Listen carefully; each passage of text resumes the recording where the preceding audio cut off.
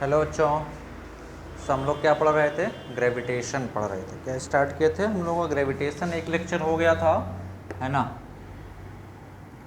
First lecture में हम लोगों ने क्या देखा था कि किन्हीं भी दो मास के बीच एक अट्रैक्शन फोर्स लगता है और उस अट्रैक्शन फोर्स को हम लोग क्या कहते हैं? Gravitational force. ओके।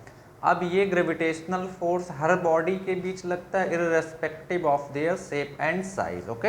हम लोग थोड़ा सा क्विक रिवीजन करते हैं लास्ट लेक्चर का। हम लोगों ने देखा था कि सपोज अगर ये कोई मास है m1, इससे r डिस्टेंस पे कोई दूसरा मास रखा हुआ है m2, तो इन दोनों के बीच जो ग्रेविटेशनल अट्रैक्शन फोर्स लग रहा है उसका मैग्नीट्यूड कितना होगा? g m1 m2 by r square, है ना। ये चीज़ हम लोगों ने देखा था। अब इतने फोर्स से ये ऑब्जेक्ट इसको अपनी तरफ अट्रैक्ट कर रहा है और इतने ही फोर्स से ये ऑब्जेक्ट इसको अपनी तरफ अट्रैक्ट करने दोनों एक दूसरे को अपनी तरफ इतने मैग्नीट्यूड के फोर्स से अट्रैक्ट कर रहे हैं। ये हम लोगों ने लास्ट क्लास में देखा था। अभी ओके, अभी हम लोग एक दो क्वेश्चन सॉल्व करेंगे फिर आगे बढ़ेंगे। ओके, तो चलो आओ क्वेश्चन सॉल्व करते हैं। मेरे साथ सभी लोग नोट करते हुए चलेंगे। ओके, मेरे साथ सभी लोग नोट करते हुए चलेंगे क्वेश्चन को। Question first. Okay, question first. two mass particle of equal mass are placed at a distance of r from each other. Two mass particle of equal mass are placed at distance of r, okay, and gravitational force acting between them is F, okay. When distance between them is reduced to half, then force of attraction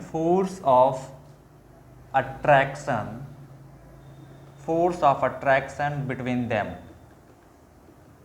becomes, okay. Option A आपके पास पहला option F/4, दूसरा option 4F,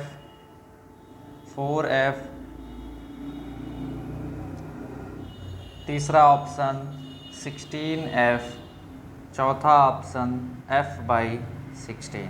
कौन सा option correct है आपको identify करना है। तो चलिए जल्दी से आइडेंटिफाई करके हमको ऑप्शन बताएं, करेक्ट आंसर बताएं। हमने डायरेक्ट फार्मूले से भी बताया था इस चीज़ को, लेकिन आप फार्मूला आप ऐसे नॉर्मल याद रखें।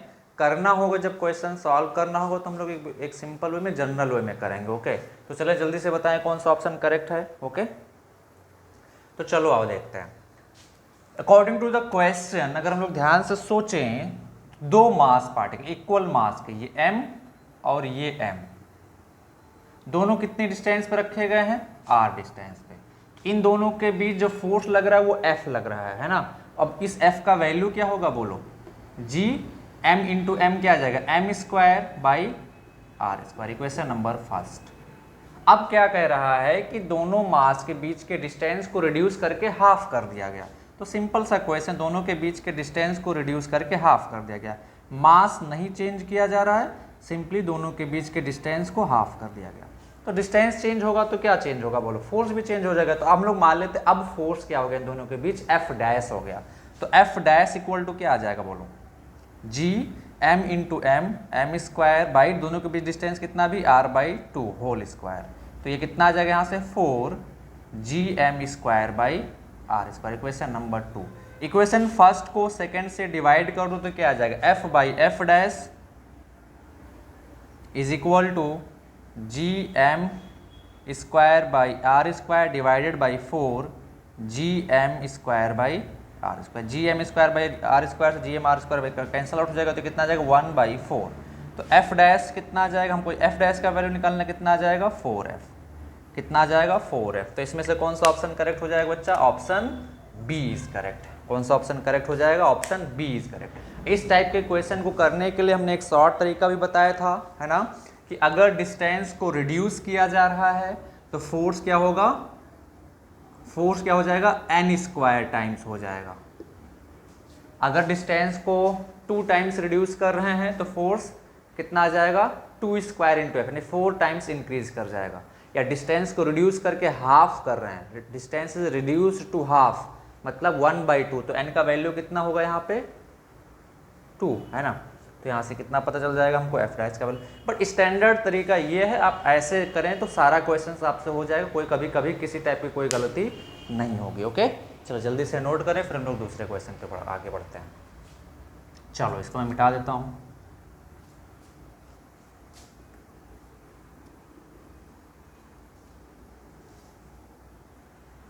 आते हैं नेक्स्ट क्वेश्चन पे। चलो आते हैं नेक्स्ट क्वेश्चन पे।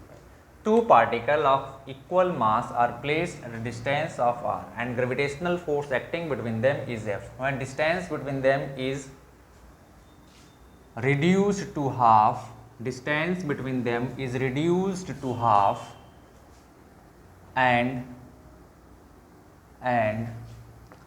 their mass and mass of each particle and mass of each particle is increased 2 times, then gravitational force acting between them is option A 4f, option B f/4, option C 8f, option D 16f, option E f/8। कौन सा option correct है ये identify करना। Okay, so question आपके सामने है, आप जल्दी से सॉल्व करके बताएं कौन सा ऑप्शन करेक्ट है। ओके, जल्दी से सॉल्व करें। ओके, चलो बताओ, तो आओ देखते हैं क्या कह रहा है। आप स्टार्टिंग से चलो, क्वेश्चन को पढ़ें 2 बार, आपको अपने आप समझ में आना स्टार्ट हो जाएगा। क्वेश्चन क्या कह रहा है, 2 mass particle of equal mass are placed at a distance of r and gravitational force acting between them is F। मतलब 2 मास पार्टिकल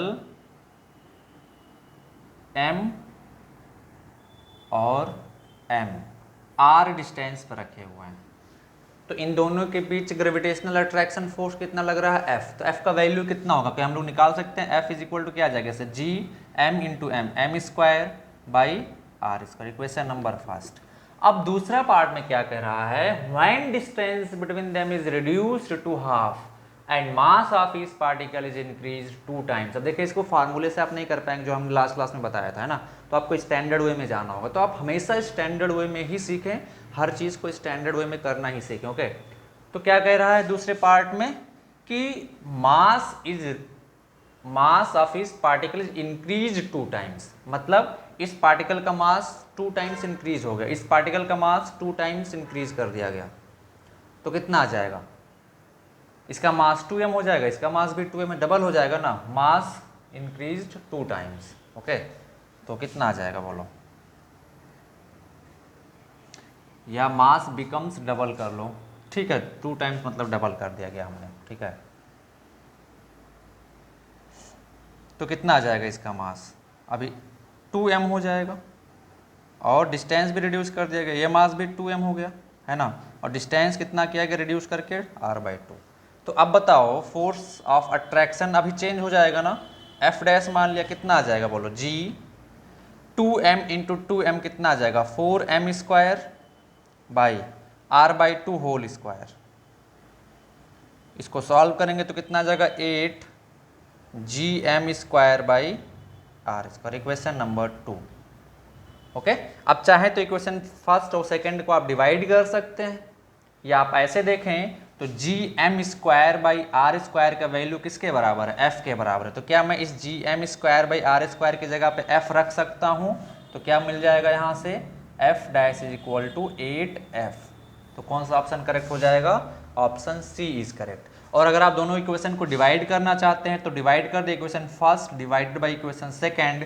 तो यहाँ पे कितना है, f by F dash will be equal to, इस f का वैल्यू कितना है, g m square by r square divided by 8 g m square by r square. तो जी एम स्क्वायर से ये कैंसिल आउट हो जाएगा, तो क्या आ जाएगा, f by F dash is equal to 1 by 8। तो f डैश कितना आ जाएगा, 8f, मतलब 8 टाइम्स फोर्स इंक्रीज कर जाएगा। फोर्स जो है कितना हो जाएगा, 8f। मैं ऐसे कर सकता हूँ, जैसे आपको अच्छा लगता है सिंपल, वैसे वैसे आप सॉल्व कर सकते हैं। ओके, चलो जल्दी से नोट कर लो इसको, फिर हम लोग आगे बढ़ते हैं। मिटा दो इसको, हाँ सर, चलो आगे बढ़ते हैं।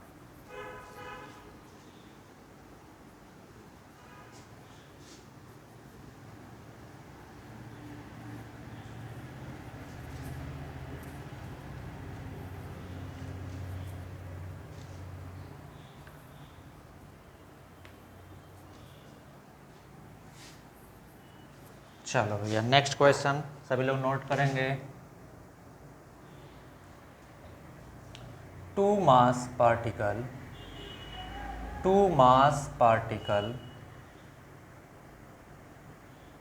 of equal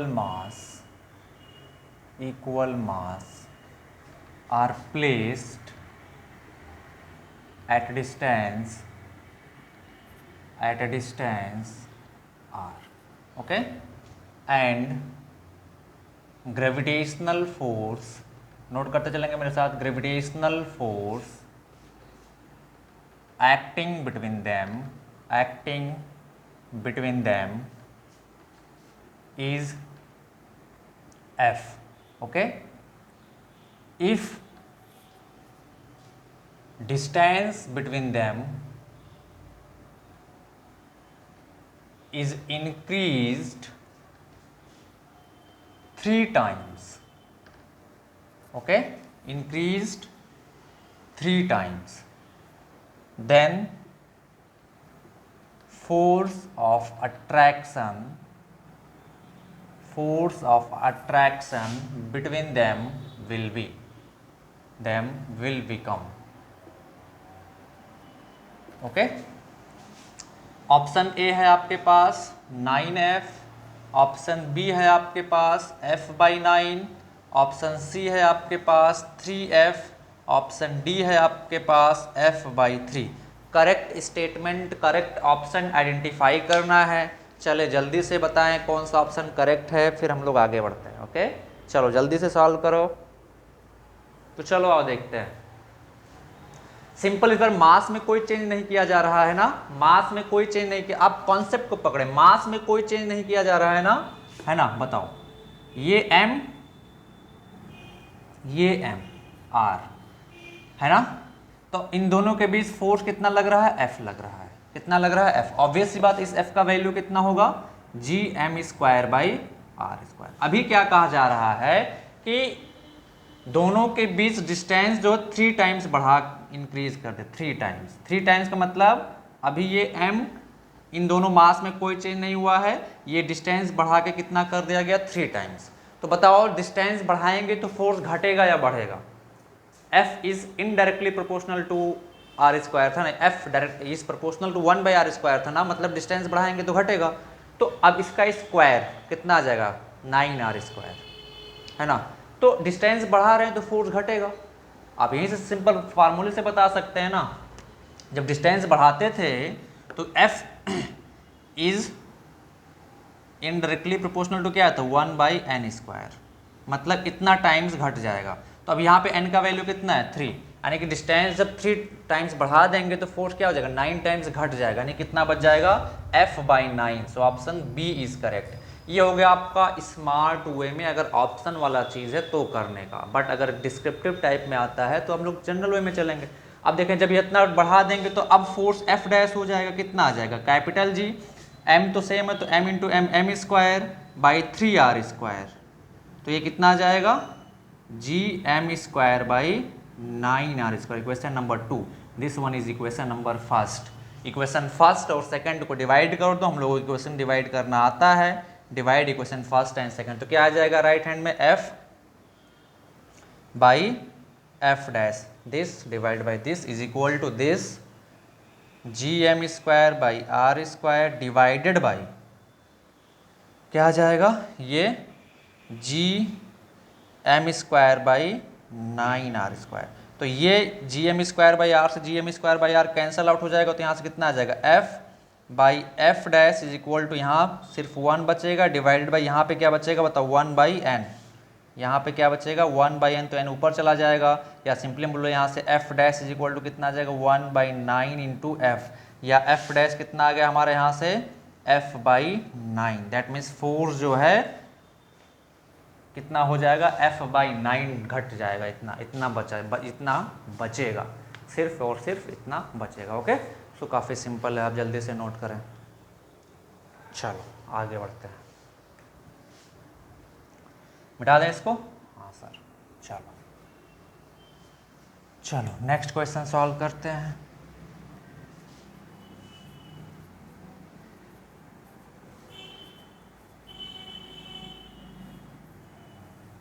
चलो नेक्स्ट क्वेश्चन सभी लोग देखें। Two mass particle of equal mass are placed at distance r and gravitational force acting between them is f. If distance between them is increased 4 times, distance between them is increased 4 times, okay, distance को बढ़ा के 4 times कर दिया गया initial का, and mass of particle and mass of particle 1 is increased 2 times, and that of particle 2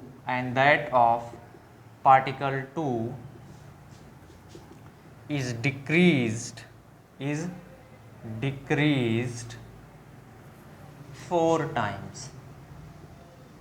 Okay, then force of attraction between them will be, चलें जल्दी से बता दें।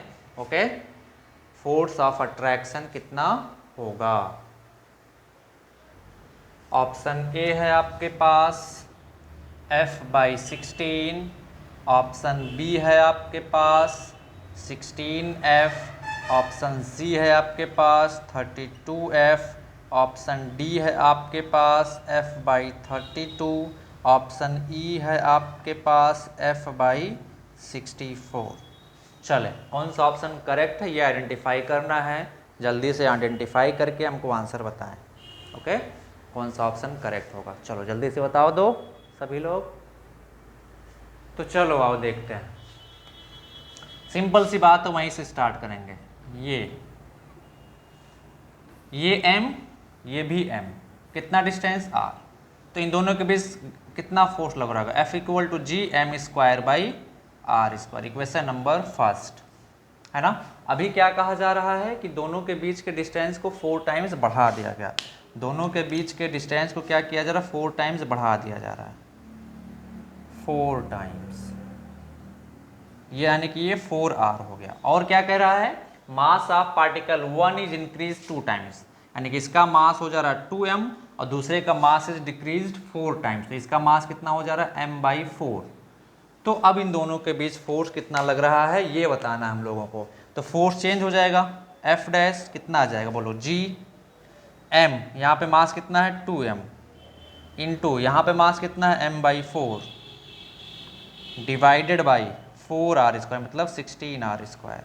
तो कितना हो जाएगा ये?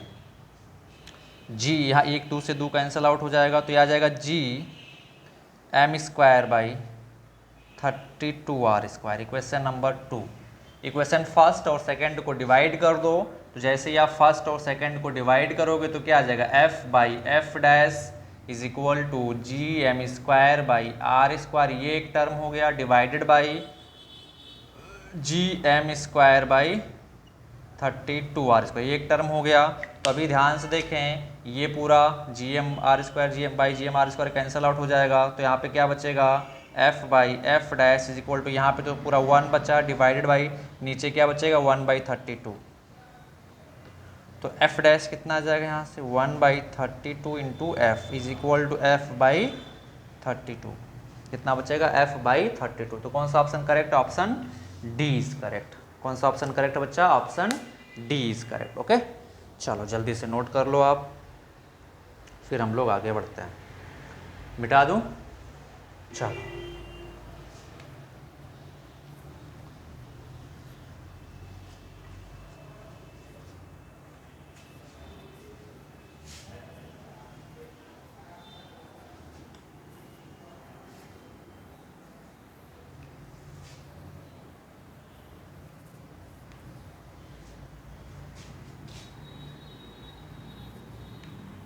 चलो भैया। Okay, next question.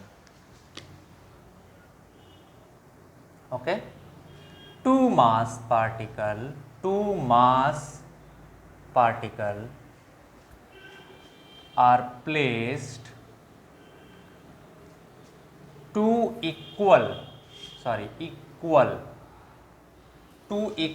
mass particle are placed at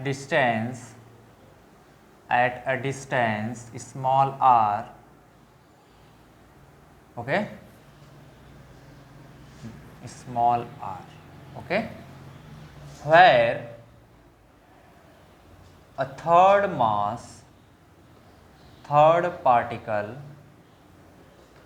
of mass m1 should be placed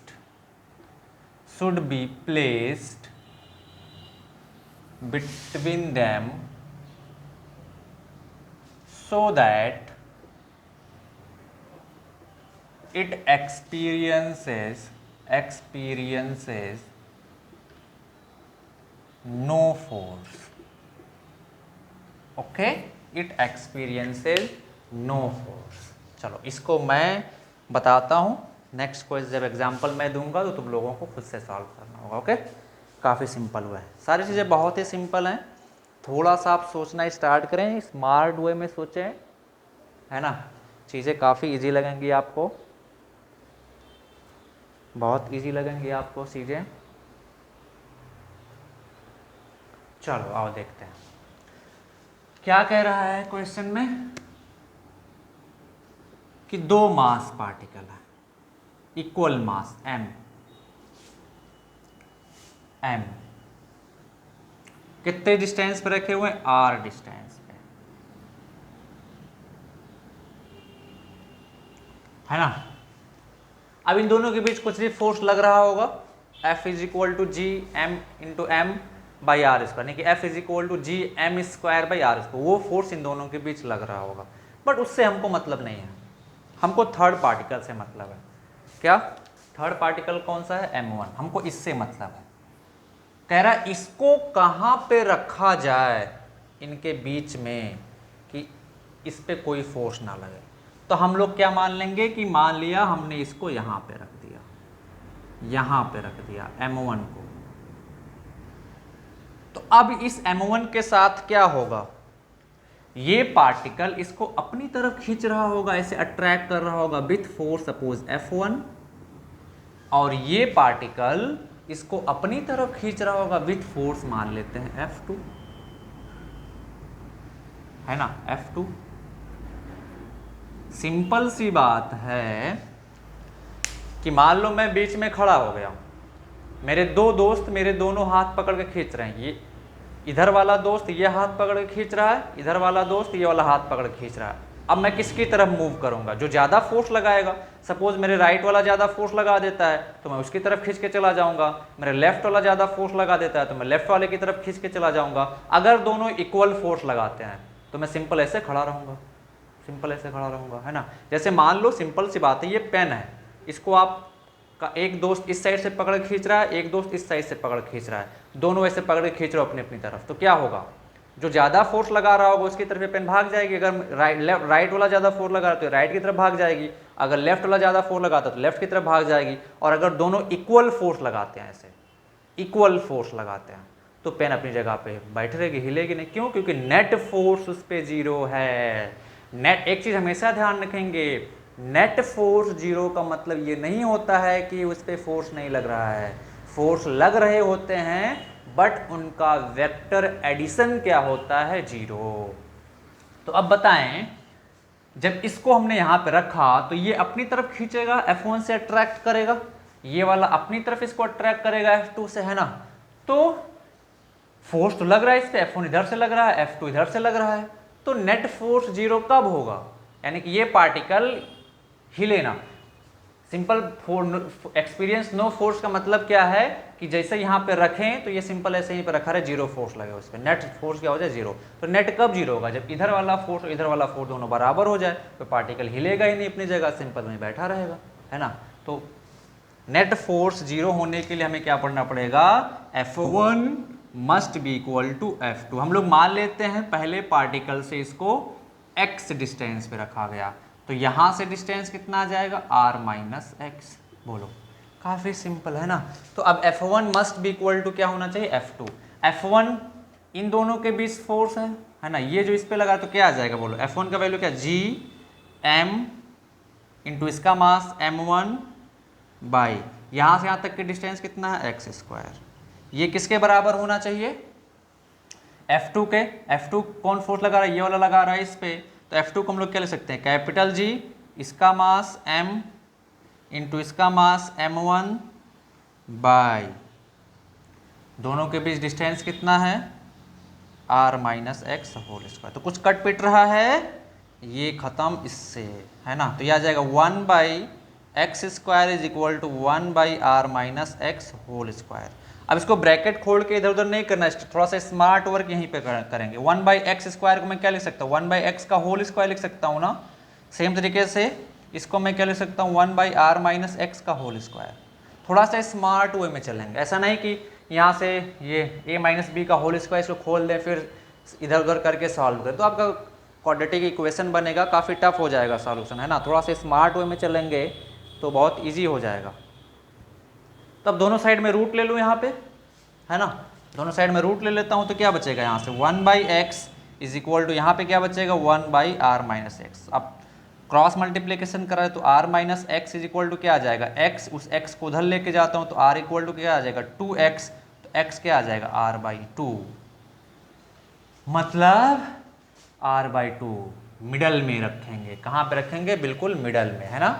और वैसी बात है जब दोनों के मास बराबर हैं तो मिडल में रखेंगे। और तीसरी चीज, थर्ड पार्टिकल के मास पे वो डिपेंड नहीं करेगा लोकेशन, किस पे, थर्ड पार्टिकल के मास पे लोकेशन डिपेंड नहीं करेगा। मतलब अब इसका मास कुछ भी हो, 1 kg हो तब भी r बाई 2 आएगा ये x का वैल्यू, 2 kg हो तब भी r बाई 2 आएगा, 3 kg हो तब भी r बाई 2 आएगा, 10 kg हो तब भी ये डिस्टेंस r बाई 2 आएगा। नहीं, मिडल में रखना होगा। मतलब क्यों ऐसा हो रहा है, क्योंकि F1 इक्वल टू F2 करोगे तो M1 दोनों साइड से तो कैंसल आउट हो जाएगा, तो कोई मतलब ही नहीं बचा M1 का, है ना।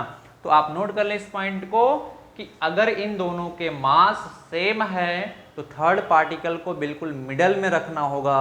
अगर मिडल में रखेंगे तो इस पर कोई फोर्स नहीं लगेगा। ओके, मिडल में रखेंगे बिल्कुल तो इस पर कोई फोर्स नहीं लगेगा। It will experience zero net force. Okay, it will experience zero net force.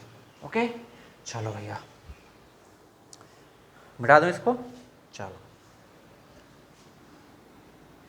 अब दूसरा क्वेश्चन सॉल्व करना स्टार्ट करते हैं और वो सब तुम लोगों को सॉल्व करना होगा, है ना।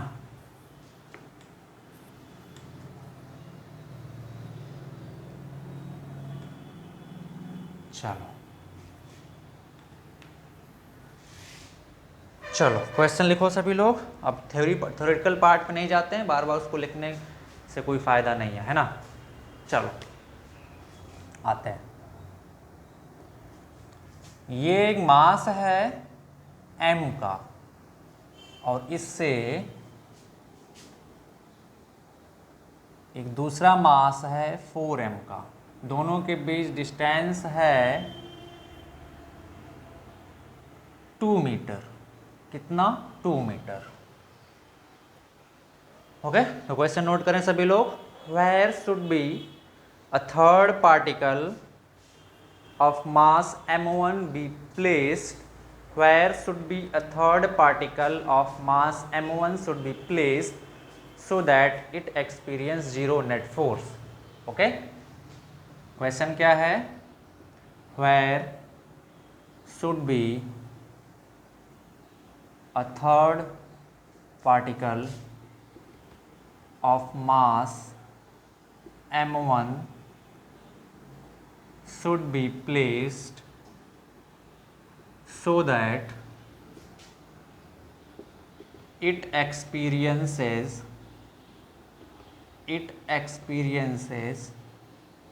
zero net force. Option A,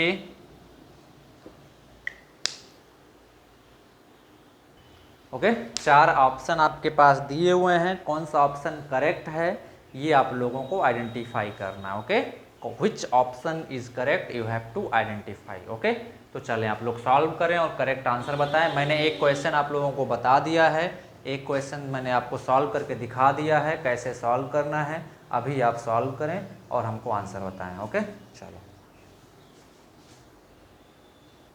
okay, हो गया। चलो और सॉल्व करते हैं हम लोग। चलो देखो, मान लिया हमने मास m1 को यहाँ कहीं पर रख दिया, यहाँ से x डिस्टेंस पे, तो यहाँ से डिस्टेंस कितनी हो जाएगी? 2 माइनस एक्स, है ना। अब ध्यान से देखो, इस पे ये अपनी तरफ खींच रहा होगा ऐसे विद फोर्स F1 और ये अपनी तरफ इसको खींच रहा होगा विद फोर्स F2, है ना। तो अब इस पे नेट फोर्स कब जीरो होगा? जब ये F1 F2 दोनों बराबर हो जाए, है ना। मैग्नीट्यूड में तो हम लोग क्या लिख देंगे? F1 must be equal to F2, है ना। तो F1 क्या आ जाएगा बोलो? इन दोनों के बीच फोर्स है ना F1, तो हम लोग क्या जी m इंटू M1 बाई कितना है इन दोनों के बीच distance? x square is equal to, अब इन दोनों के बीच फोर्स F2 है, तो क्या लिखेंगे? जी 4m है ना इसका मास, 4m इंटू M1 बाई इन दोनों के बीच डिस्टेंस कितना है? 2 माइनस एक्स होल स्क्वायर। तो जो जो कैंसल आउट करो कैंसल आउट करो, जी से जी कैंसल आउट, M1 से M1 कैंसल आउट, m से m कैंसल आउट, है ना। तो M1 से M1 दोनों साइड से कैंसल आउट हो जाएगा, तो लोकेशन जो होगा वो थर्ड पार्टिकल के मास पे डिपेंड नहीं करेगा। ओके, तो यहाँ से क्या बचेगा? 1 by x square is equal to, यहाँ से क्या बचेगा? 4 by 2 minus x whole square, है ना।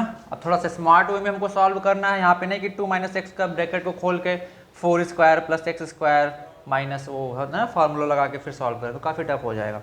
इसको मैं क्या ले सकता हूँ? 1 बाई एक्स होल स्क्वायर, इसको मैं क्या ले सकता हूँ? 2 by 2 minus x whole square, isn't it. दोनों साइड रूट ले लो, तो क्या बचेगा यहाँ से? 1 by x is equal to, यहाँ से क्या बचेगा? 2 by 2 minus x, cross multiplication is equal to 2x। Solve करेंगे तो x इज इक्वल टू क्या आ जाएगा? 2/3 मीटर। x का वैल्यू आया है 2/3 मीटर। x को हमने कहाँ से मेजर किया? m से, यानी कि ये डिस्टेंस कितना है? 2/3। तो कौन सा ऑप्शन हो जाएगा? Option A, from mass m। अच्छा, ये डिस्टेंस आ गया हमारा 2/3 मीटर, तो ये डिस्टेंस कितना आ जाएगा? 2 माइनस 2/3 मतलब 1/3 मीटर। ओके, सो इनसे अब करेक्ट ऑप्शन आइडेंटिफाई करना, तो कितना है इसका लोकेशन कितना है? मास m से 2/3 मीटर, तो 2/3 metre from mass m, option A correct हो जाएगा। ये इनकरेक्ट है, क्यों? क्योंकि 1/3 m फ्रॉम मास m ये डिस्टेंस नहीं है। 4m अगर यहाँ पे मैं लिखता 4m तो ये भी करेक्ट हो जाता, है ना, बट 4m नहीं था इसलिए वो इनकरेक्ट है। ओके, चलो जल्दी से नोट कर लें, नोट कर लिया होगा, आगे बढ़ते हैं।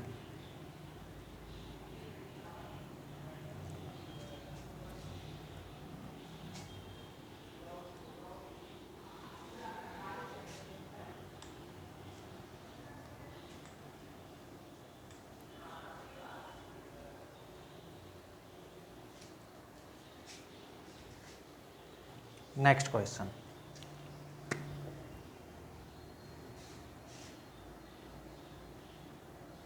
Four M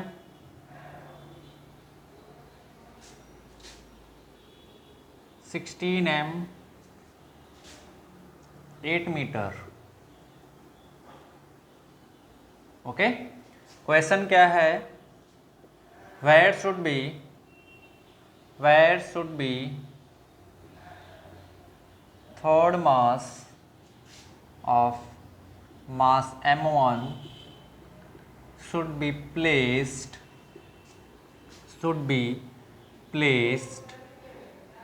so that it experiences zero net force। Okay, चलो option A, option B, option C, option D, मैं चारों ऑप्शन दे रहा हूँ। ओके, पहला ऑप्शन 8/3 मीटर फ्रॉम 16m मास। दूसरा ऑप्शन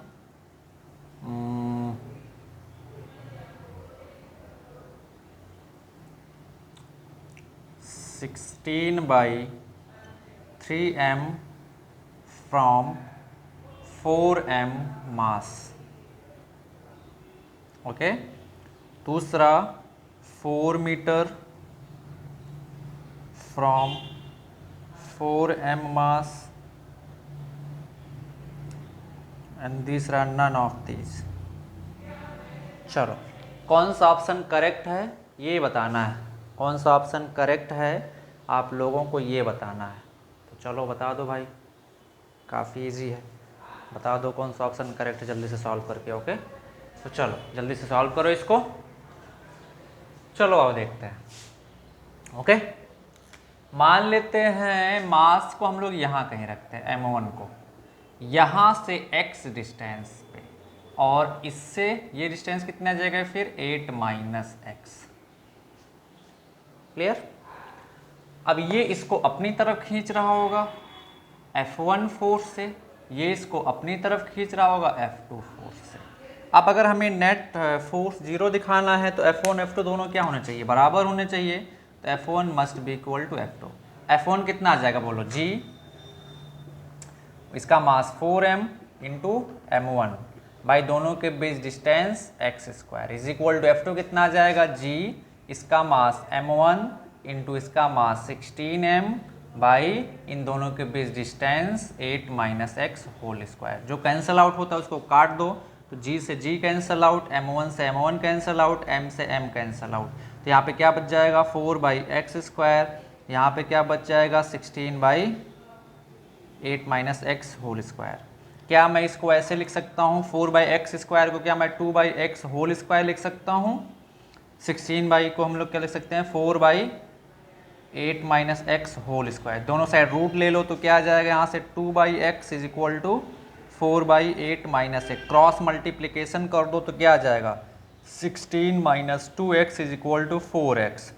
तो 16 इज इक्वल टू आ जाएगा 6x, तो x इज इक्वल टू आ जाएगा 16/6 यानी कि 8/3 मीटर। x का वैल्यू आ गया 8/3 मीटर। अब देखें, अगर आप अंधों की तरह सॉल्व करते हैं तो आप ऑप्शन ए लगा के निकल जाएंगे, 8/3 आ गया, अच्छा ऑप्शन तो मिल गया, बट गलत है। पढ़ें ऑप्शन को, 8/3 मीटर फ्रॉम 16m लिखा हुआ है, यानी कि आपने x जो निकाला हो x ये वाले निकाला है, ये डिस्टेंस निकाला है यहाँ से, यानी कि ये डिस्टेंस जो है ये 8/3 मीटर है ना। और पहले ऑप्शन में क्या बोला है कि ये वाला 8/3 नहीं है ना, इसके ऑप्शन ए के अकॉर्डिंग तो ये ऑप्शन तो नहीं होगा, क्योंकि 8/3 मीटर फ्रॉम 16m बोल रहा, माने कि यहाँ से ये 8/3 है, बट क्वेश्चन में क्या आया है ये यहाँ से यहाँ तक 8/3 आया, तो ऑप्शन ए तो गलत हो जाएगा। अब ऑप्शन बी देखते हैं 16/3m from 4m।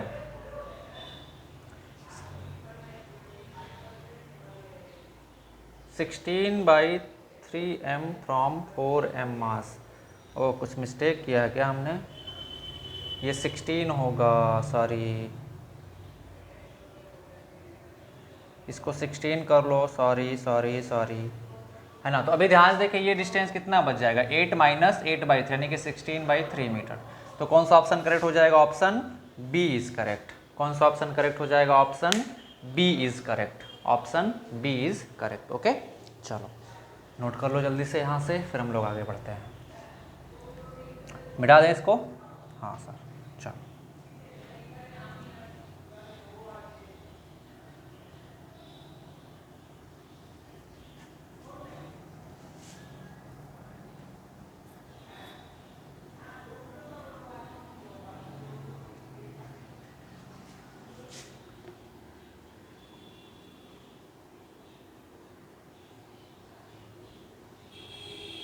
Okay so ये क्वेश्चन प्रैक्टिस हो गया।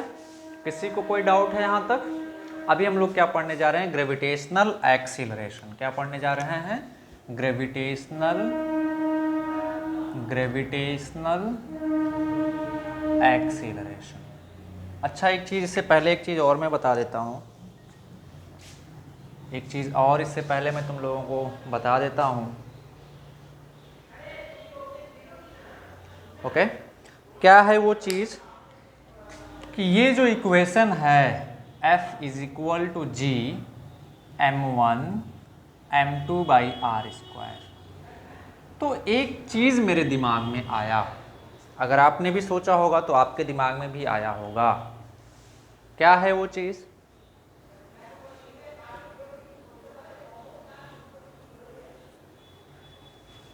क्या है वो चीज़ कि सर जब आपने पॉइंट मास लिया था ऐसे, तब तो आपको डिस्टेंस ठीक है दिख रहा था कि r है दोनों के बीच, और ये m1 और ये m2। मास मतलब पॉइंट मास मतलब बहुत छोटा सा, बहुत छोटा सा, है ना। तब तो आपने लिख दिया कि इन दोनों के बीच force F equal to ji m1 m2/r² है। लेकिन मान लीजिए ऐसा कुछ क्वेश्चन आ जाता है, तेरे बिन जिंदगी की राहें, तेरे बिन, है ना। यहां से ये डिस्टेंस है r, ये डिस्टेंस भी है r, और ये डिस्टेंस भी है r, यानी रेडियस दोनों का r है। तो इसका मास m1, इसका मास m2। तो अब कौन सा डिस्टेंस लें सर? अब तो समझ में नहीं आ रहा है कि हम लोग ये वाला डिस्टेंस लें, कौन सा डिस्टेंस कंसीडर करें, हैं कहाँ से डिस्टेंस मेजर करें। तो जब भी ऐसा स्फेरिकल बॉडी आएगा तो आपको डिस्टेंस सेंटर से सेंटर तक का लेना है, यानी कि अब जो डिस्टेंस होगा दोनों को सेंटर से सेंटर, यानी कि इसके सेंटर से इसके सेंटर तक का। तो इसके सेंटर से इसके सेंटर तक का डिस्टेंस कितना हो जाएगा बोलो, यहाँ से लेकर पूरा यहाँ तक, r प्लस r 3r। तो अब जब इस पे फोर्स निकालोगे तो F इक्वल टू क्या लिखोगे, g m1 m2/3r whole square, है ना। तो ऑलवेज हमेशा जो डिस्टेंस हो किसके किसके बीच लेंगे, सेंटर से सेंटर। तो आप नोट करें, in case of spherical body, in case of spherical body, in case of spherical body, note करो, in case of spherical body, in case of spherical body distance is measured between center to center of the sphere, distance is measured between center to center of the sphere। Okay जैसे एक छोटा सा question मैं देता हूं, इस पे आप लोगों को आंसर करना है।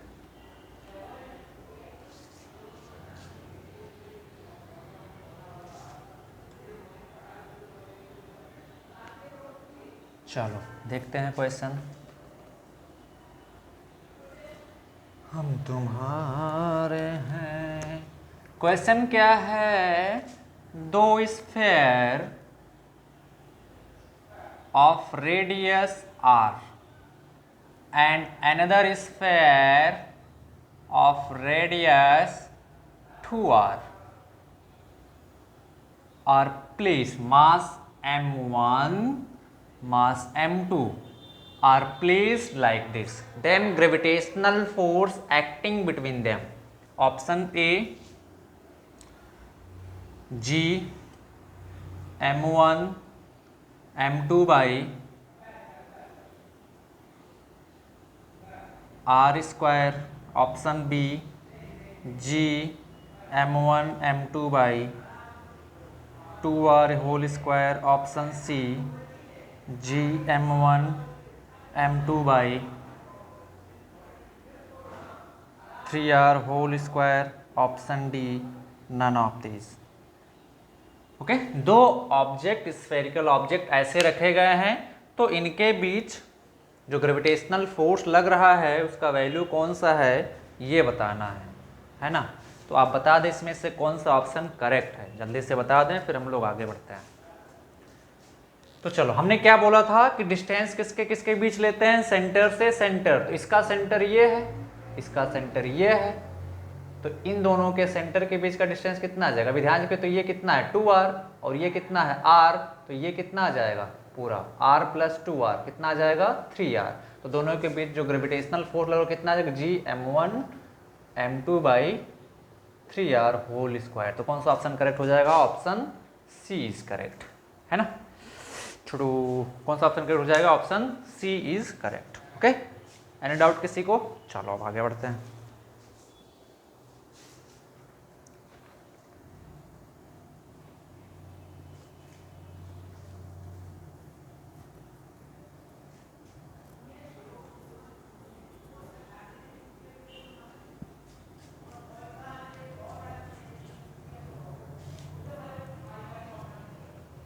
चलो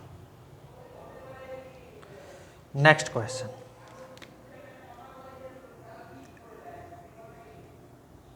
ग्रेविटेशन। नेक्स्ट टॉपिक हम लोग पढ़ते हैं क्या, ग्रेविटेशनल एक्सीलरेशन। ग्रेविटेशनल एक्सीलरेशन क्या होता है छोटू? कुछ कुछ समझ में आ रहा होगा ना, आपने मोशन वाले चैप्टर में ग्रेविटेशनल एक्सीलरेशन के बारे में पढ़ा होगा। जो नर्सरी प्लस में है वो लोग तो खैर काफ़ी ज़्यादा पढ़े हैं, है ना। तो आपको थोड़ा बहुत आइडिया लग रहा होगा कि ग्रेविटेशनल एक्सीलरेशन क्या है, कैसे आता है ग्रेविटेशनल एक्सीलरेशन, कैसे हमने कैलकुलेट कर लिया कि यहाँ से 9.8 ही होता है सरफेस पे, है ना। वैसे उसकी वैल्यू कांस्टेंट नहीं होती है, घटती बढ़ती रहती है। तो आपने कैसे पता कर लिया, है ना, कहाँ से पता कर लिया? देखो, मान लेते हैं ये अर्थ है, एक जनरल वे में देखते हैं, मतलब अर्थ का सरफेस है। हमको जनरली देखने में फ्लैट दिखता है ना, बट अर्थ तो गोल है, बट हमने मान लिया इसे फ्लैट, मतलब फ्लैट मान नहीं लिया, सरफेस पे हमको थोड़ा फ्लैट दिखेगा। हमने सपोज यहाँ से किसी बॉल को छोड़ दिया, मास m के बॉल को छोड़ दिया, तो बॉल नीचे आएगी। तो नीचे आएगी तो क्या होगा बॉल के साथ, हम क्वेश्चन पूछ रहे हैं, तुम लोगों को बताना। Option A, it's velocity remain constant, velocity remain constant. Option B, it's speed remain constant.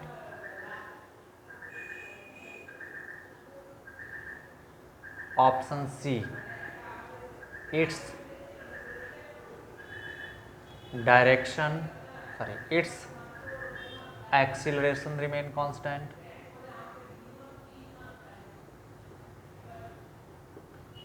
Option D, none of this.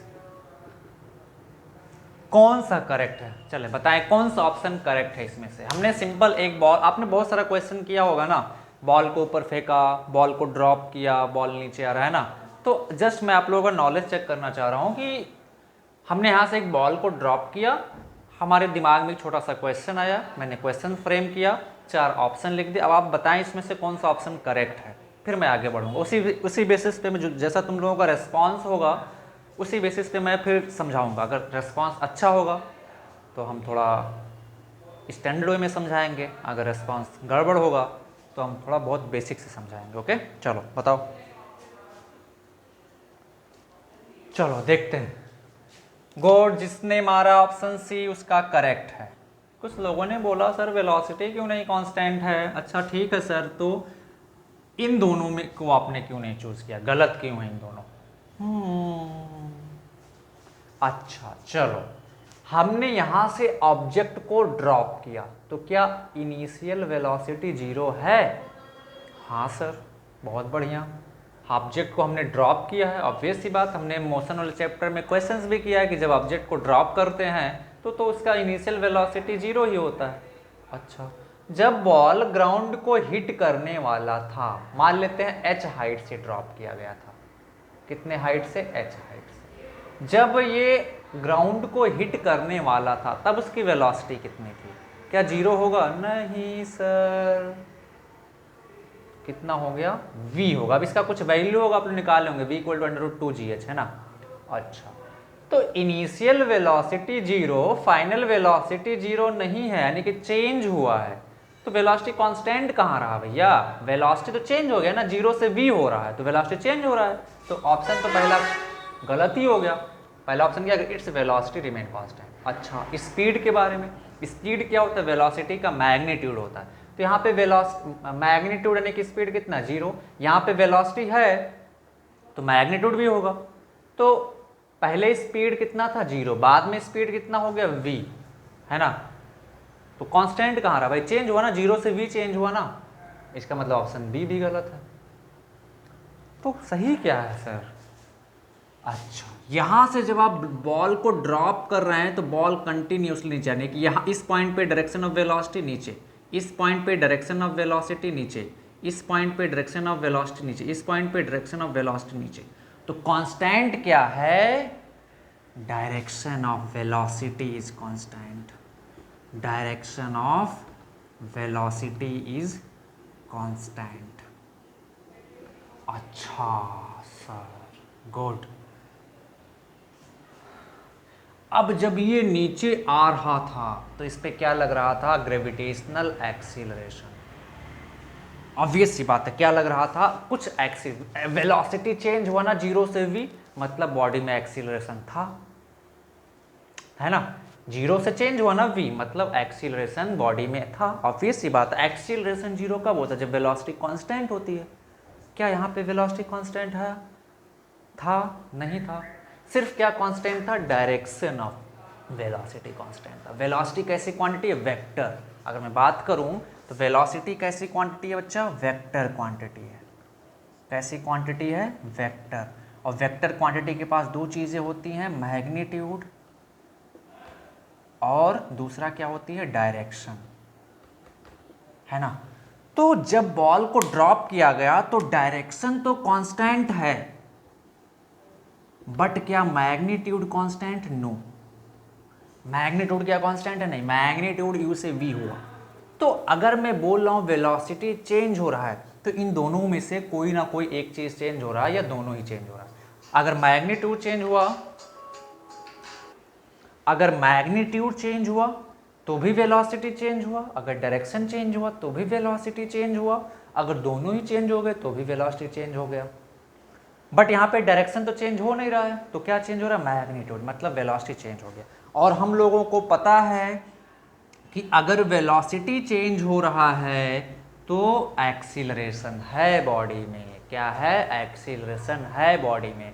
मतलब जब यहाँ से बॉल को ड्रॉप किया गया तो बॉडी में क्या था? एक्सीलरेशन, जो नीचे की तरफ लग रहा है, और इसी एक्सीलरेशन को हम लोग क्या कहते हैं? Gravitational acceleration.